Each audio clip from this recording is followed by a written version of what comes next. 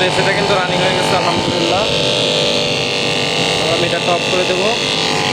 টেম্পারেচারটা নিচ্ছে 6.2। আমরা একটু গ্যাসটা একটু পরে দেবো, এটা খুব গুরুত্বপূর্ণ বিষয়। আপনি এসিটা রানিং হয়েছে, আপনি গ্যাসের পাইপ ছাড়ি দেবেন না, আপনি 1টা মিনিট ওয়েট করবেন। 1টা মিনিট ওয়েট করবেন, এম্পিয়ারটা নির্দিষ্ট একটা স্থানে আসতে হবে। এবং এর ভিতরে যে আমি গ্যাসটা দিলাম, এর ভিতরে যে আমি প্রায় 1-1.5 কেজি গ্যাস ঢুকাইছি, এই গ্যাসটা একটা সার্কুলারের বিষয় আছে। গ্যাসটা সার্কুলার করার পরে যে আপনাকে গ্যাস দিতে হবে। এইখানে দেখেন এখনও মাইনাসে আছে, অর্থাৎ আপনি আগে গ্যাস দেওয়া যাবে না, গ্যাসটা দিতে হবে একটু অপেক্ষা করে। মোটামুটি আমাদের একটা নির্দিষ্ট এম্পিয়ারে চলে আসছে, এর চেয়ে নিচে আর নামবে না।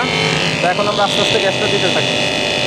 হ্যাঁ, তবে প্রথম অবস্থাতে মিটার ফুল খুললেও অসুবিধা নাই, কিন্তু পরবর্তীতে মিটার খুলে রাখা যাবে না। আমরা যদি দেখাই সিলিন্ডার অলরেডি যে দাগ হয়ে গেছে, ভিতরে ঠান্ডা হয়ে গেছে, দেখেন এই যে অলরেডি ঘেমে গেছে। এই শীতের সময় একটু গ্যাসের স্তরটা টাপ, তারপরেও করতে হবে। এই যে আমাদের গ্যাসটা কিন্তু প্রথম অবস্থায় বলছে ছেড়ে দিতে হবে, কেননা গ্যাস প্রেশার কিন্তু এখনও মাইনাসে রয়েছে। মাইনাসে থাকার কারণে আমাদের গ্যাসটা ফুল ছাড়িয়ে দিতে হবে। হ্যাঁ, ফুল ছাড়িয়ে দিতে হচ্ছে।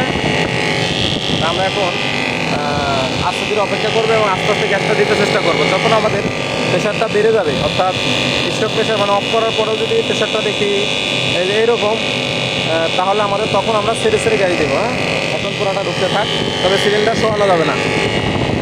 আমাদের এম্পিয়ারটা এখন আস্তে আস্তে বাড়বে। হ্যাঁ, এম্পিয়ারটা এখন আস্তে আস্তে বাড়বে, এটা 7 পর্যন্ত উঠে যাবে, 7+। আমাদের এই যে ডিসচার্জ লাইন অলরেডি বড়, দেখা যাক কী হয়। আলহামদুলিল্লাহ আমাদের এসিটা সম্পূর্ণ চালু হয়ে গেছে। ভিডিওটা ধৈর্য সহকারে দেখুন, আর অবশ্যই যদি ভালো লাগে লাইক কমেন্ট শেয়ার দিয়ে সাথে থাকবেন, আর আপনার মতামতটি কমেন্ট করে জানাবেন। ভালো মন্দ সব কিছু বলার অধিকার আপনার আছে, আপনি জানাতে পারেন। হয়তো আপনার একটা কমেন্টের কারণে আমার অনেক কিছু শেখার আছে। অবশ্যই আপনাদের মতামতটা প্রকাশ করলে আরও ভালো লাগে। বলছি এম্পিয়ারটা বাড়তে থাকবে, তবে এখানে অনেক কিছু বিষয় থাকে, আপনাদের খেয়াল রাখতে হবে যে কম প্রেশার উল্টা ঘুরতেছে কিনা, কম প্রেশারে এম্পিয়ার কি তুলনামূলক বেশি নিচ্ছে না কম নিচ্ছে, এই বিষয়গুলো খুবই গুরুত্বপূর্ণ ভূমিকা পালন করে। হ্যাঁ, এখানে আমাদের মাঝে মাঝে কিন্তু স্টপ করে দেখতে হবে যে আমাদের এসিটা কি শুধু গ্যাস নিচ্ছে না প্রেশার কিছু একটা ওঠার চেষ্টা করতেছে, এই বিষয়টাও খেয়াল রাখতে হবে। যেহেতু অলরেডি শীতের দিন, সিলিন্ডার ঠান্ডা হয়ে গেছে, আমার সিলিন্ডার থেকে এখন আর গ্যাস যাবে না। এখন গ্যাস যাইতে হলে সিলিন্ডারটাকে গরম করতে হবে, নাহলে ভিতরে কোনো প্রকারের গ্যাস যাচ্ছে না। এটাকে গ্যাসের প্রেশার কমে গেছে, যাও যাবে আস্তে আস্তে যাবে, যে প্রেশারে কোনো কাজ হবে না।